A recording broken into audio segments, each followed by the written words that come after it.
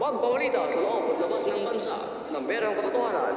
Andito ang GBS News and Public Affairs para makapaghatid ng mga balita at impormasyon saan man sa Pilipinas. Ngayong umaga sa Sikat Balita. Saan po pang Pilipino nasaga sa strip ang mabalik sa Pilipinas ngayong weekend?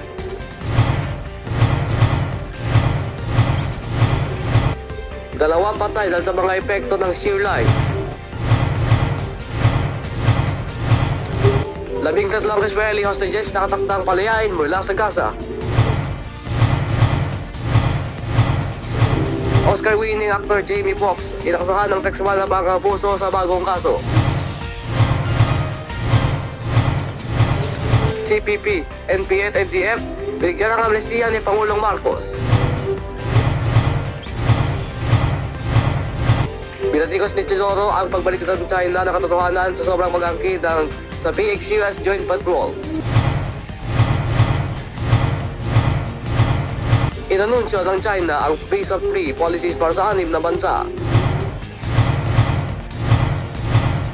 At sa ating top 5, ang love couple ng Condi, ikinasal na.